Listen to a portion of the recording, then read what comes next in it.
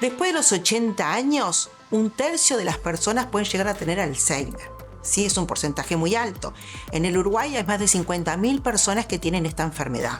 ¿Y por qué? Porque la población ha envejecido y en el Uruguay la expectativa de vida es mayor, hablábamos 70, 80, hay mucha gente de 90 años y esa persona, ese pool de neuronas va disminuyendo con el correr de los años, el cerebro se va atrofiando y se sustituyen las neuronas por lo que se llaman placas seniles o neurofilamentos, es decir, que en vez de tener una neurona que es una célula que interactúa entre ellas y es la que hace que nosotros podamos razonar, pensar, atender, concentrarnos, no hay más y hay un tejido fibroso y el cerebro se va achicando. En realidad la demencia en sí no es una enfermedad puntual, sino que es un conjunto de síntomas y signos, lo que llamamos síndrome geriátrico, que lo que hace es constituir el síndrome demencial, ¿tá? Que se manifiesta por pérdida de memoria, alteraciones en la atención, altera la capacidad de funcionamiento del paciente. Y esto es muy importante porque lo hace en realidad, lo diferencia en realidad de los trastornos neurocognitivos menores o deterioro cognitivo leve.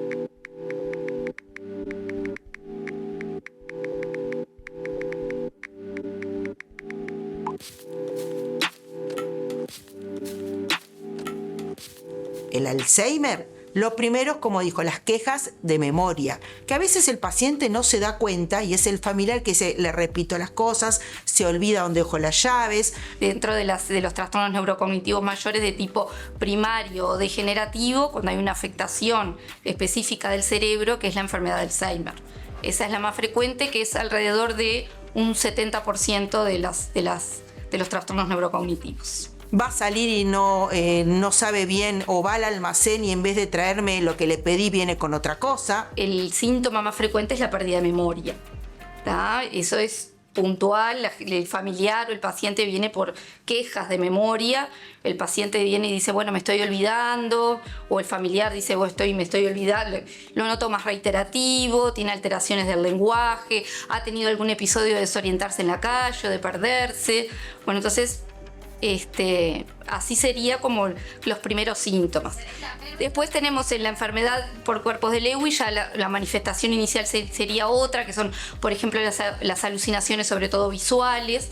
En general el paciente no tiene tanto trastorno de memoria al inicio, sino que tiene otra sintomatología.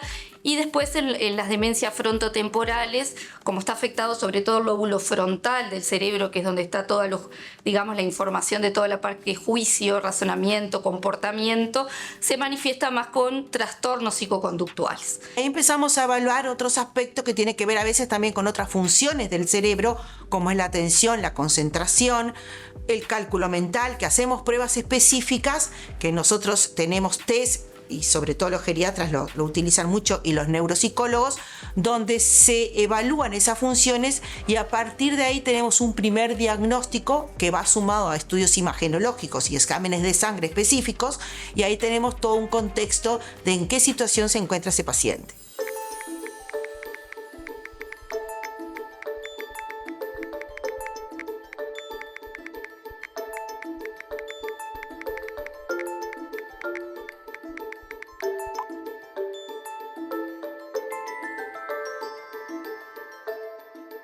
El diagnóstico de demencia es clínico, no hay ningún examen donde nosotros mandemos al paciente para detectar que tiene una demencia. Nosotros mandamos a hacer estudios muchas veces cuando nos cuesta a veces ver qué etiología tiene, cuál es la causa de esa demencia. Entonces, pero el diagnóstico al ser clínico, a veces podemos tener dificultades. Porque una persona que era autoválida empieza a perder funciones, empieza a necesitar que le resuelvas cosas, que lo ayudes a bañarse, que le digas que solo no puede salir, que después capaz que hasta necesita en la parte de control de esfínteres empieza a fallar. Tenemos que el autocuidado ya no existe más, deja de hacer cosas, no se empieza a vestir como tiene que vestirse, igual se pone una media de un color y otra media de otro, y así sale a la calle. Decirle también que sale a la calle y de repente si no estás atrás de él capaz que se pierde y no sabemos si los vecinos no lo conocen, de repente vuelve o tenemos que ir atrás de él. Entonces la dependencia cada vez es mayor. Y si lo dejamos en una sola persona, esa persona puede después sentirse agotada o se angustia o no sabe cómo resolverlo, y en eso tenemos que ayudar y ver cómo ese contexto familiar, porque es fundamental. La dificultad más grande a veces que tenemos es cuando hay trastornos de tipo afectivos. Las depresiones muchas veces afectan mucho la parte cognitiva, esos pacientes que a veces es un cambio bastante brusco, con los duelos, muchas veces en los adultos mayores cuando dejan de trabajar o cuando están transitando un duelo, por ejemplo la viudez. Post pandemia, bueno, también hemos visto muchos pacientes que deterioraron funcionalmente un montón de cosas. Entonces, pero en general el diagnóstico, ya te digo, es clínico. Si bien, bueno, a veces se necesitan estudios para confirmar, ya te digo, más que nada la parte de etiología, de causa, pero bueno, depende mucho de cada paciente. Esto es irreversible, esto progresa, ¿sí?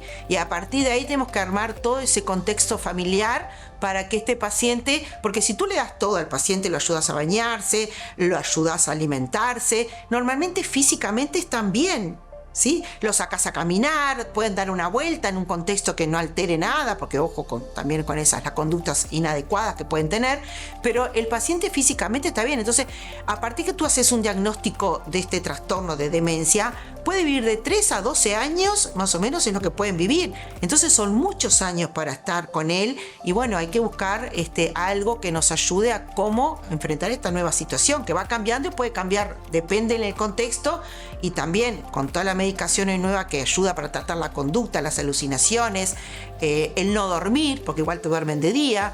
Entonces todo eso hay que irlo tratando y viéndolo en conjunto con los distintos especialistas y con la familia.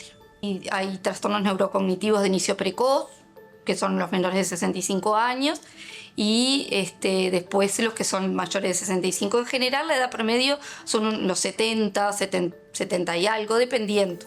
Y todo implica un cambio que tenemos que involucrar a los familiares más cercanos, con lo cual esto requiere un tiempo de trabajo, porque muchas veces la primera reacción del familiar puede ser el enojo, puede ser la negación de que como mi papá o mi mamá, nadie quiere ver a un padre o una madre que ya está empezando a olvidarse y nos damos cuenta que está envejeciendo. Y esas situaciones las que vamos manejando en conjunto, que es muy bueno que estos pacientes se traten no solo con el neurólogo, con el geriatra, a veces tenemos que hacer participar el psiquiatra, porque hay medicación que se necesita para esos cambios de conducta, y también en ese ámbito van a participar el fisioterapeuta, la fisiatra, porque necesitamos mejorar mucha cosa para que eso se continúe y ese proceso sea lo más lento posible. En mi consulta ya vienen en general con algún tipo de diagnóstico, digamos. Viene el paciente ya con más edad, 80 años, 85, pero sí estamos empezando a ver que los pacientes se empiezan a consultar un poco antes. Me llegan pacientes más jóvenes que, bueno, tengo antecedentes familiares, tengo a mi madre, mi padre, bueno, quiero empezar quiero una valoración un poco más integral, que en realidad los geriatras hacemos un poco de la valoración geriátrica integral. Entonces, bueno, ese paciente se acerca a la consulta de pronto solo, ya con esa necesidad de tener una consulta un poco antes. La necesidad de ir al médico a consultar, porque le surgen dudas todos los días. Entonces a veces, bueno, el paciente no lo tenés que ver siempre, pero sí el familiar viene a consultar por distintas cosas. Y bueno, y uno tiene que estar atento a eso, brindar en lo posible una respuesta que los ayude a seguir en la diaria, porque de repente dicen, ¿cómo hago? Porque se levanta y sale a la calle, quiere salir a la calle, y de repente quiere salir y no se vistió. Entonces todo eso tenés que dar herramientas para que no le siga pasando, porque el que cuida tiene que dormir, tiene que descansar, tiene que trabajar, y si está solo se vuelve a veces situaciones difíciles. O el otro paciente que es apático, que no hay manera, que no lográs que se bañe, que no lográs que quiera comer, ese a veces es más complicado de tratar, pero todos los días hay situaciones diferentes, y bueno, hay que acompañar a ese núcleo familiar o al que esté ayudando en esta tarea.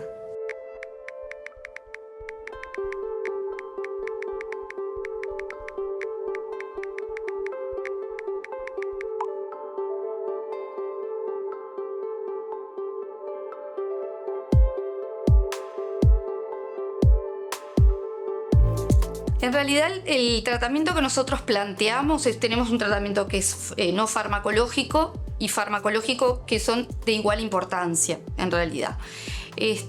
Lo no farmacológico en realidad es bueno, como dijimos al inicio, más bien el diagnóstico precoz es súper importante. ¿Por qué es importante? Porque primero, muchas veces ayuda al paciente cuando está en estadios iniciales, que es un deterioro cognitivo leve o una demencia leve, que todavía se dan cuenta de que tienen algunas fallas, de que él pueda planificar un montón de cosas de su vida a futuro.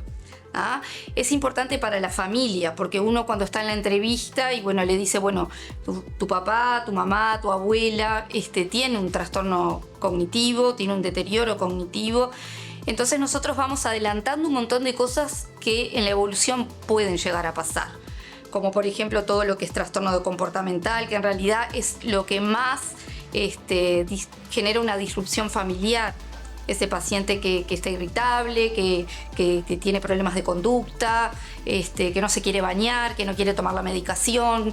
Bueno, todas esas cosas generan una irritabilidad familiar. Entonces los ayudamos un poco en eso. Bueno, a ir haciendo un poco, bueno, decirle, bueno, este paciente no hace esas cosas porque quiere, sino porque en realidad no sabe o porque se olvidó. Si yo soy hipertenso, diabético, obeso, fumador, las arterias se van a alterar y yo necesito nutrir el cerebro. Pero si no estoy bien en todo el contexto, el cerebro también, las neuronas se van a morir por falta de una clara irrigación. Hacer mucho deporte, tratar de evitar todo lo que son factores de riesgo cardiovascular, un poco asociado a lo que nosotros decíamos como las demencias. Hablamos de la demencia primaria, que es la enfermedad de Alzheimer, pero tenemos otras que son secundarias, que son las que en realidad está más asociado a la parte vascular. Todo lo que son factores de riesgo cardiovascular, hipertensión, dislipemia, diabetes. Entonces, por eso es tan importante controlar esos factores de riesgo para evitar. Entonces, factores de riesgo vasculares, mejorarlos todos, tener lo mejor que se pueda. Vida social, vida familiar, no estar solo, porque se ha visto que la soledad deprime y la depresión puede ser un factor que lleve a deteriorarnos más rápido. ¿Sí? Hoy día todas esas cosas hay que evaluarlas, muy importantes. Después los exámenes clínicos con nuestros médicos, porque a veces tenemos mal, no sé, la tiroides. Y a veces puede simular que estamos deteriorados y es porque no nos controlamos algo que lo dejamos de hacer por algún motivo. Ya, yo sé que el tema de la pandemia hizo que muchas veces no nos podíamos controlar, pero fuera de eso necesitamos ir al médico y controlar algunas cosas, porque sabemos que la vitamina B12, el ácido fólico, son cosas que hoy tienen solución y muchas veces si no vas a un médico neurólogo o geriatra, tenés por qué saber que eso puede estar alterado. La edad no la podemos cambiar, que es el principal factor de riesgo, pero no todo el adulto mayor va a llegar a tener demencia. El ejercicio físico es fundamental.